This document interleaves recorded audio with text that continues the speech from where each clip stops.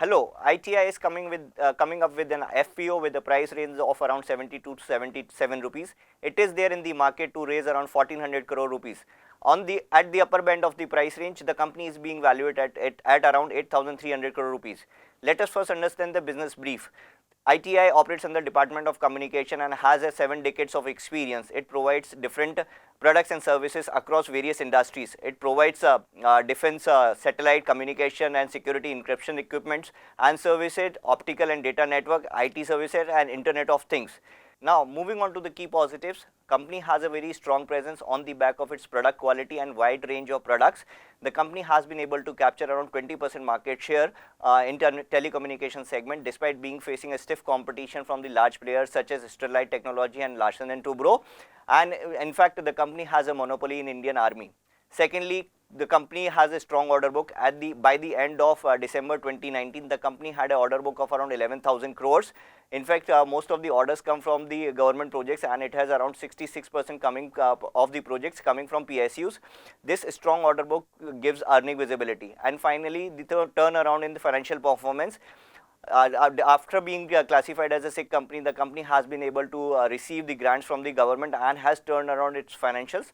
Looking at its net operating revenue, the company witnessed a growth of around 30.3% on an annual basis over a period of FY15 to 19. Apart from that, the operating profitability has also improved quite significantly, primarily on the back of reduction in the employee cost. And thirdly, the company has turned cash flow from operation positive in FY19. Now, moving on to key negatives. First is client concentration. What does not work in favor of the company is the significant concentration towards one client and the one project. Top 3 customers accounts for 79% of its revenue and the largest customer accounts for 47% of its revenue.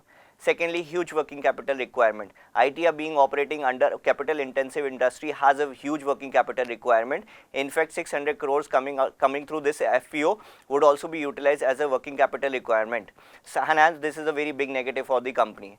Now, the most important question is whether investors should subscribe to this issue or not.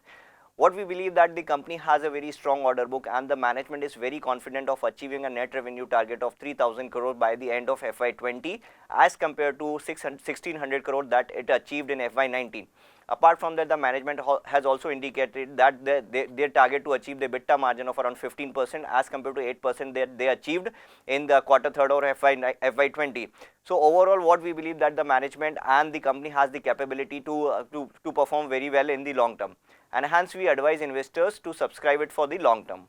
Overall, issue looks a very good from a long term perspective. For more news and update, please log on to moneycontrol.com.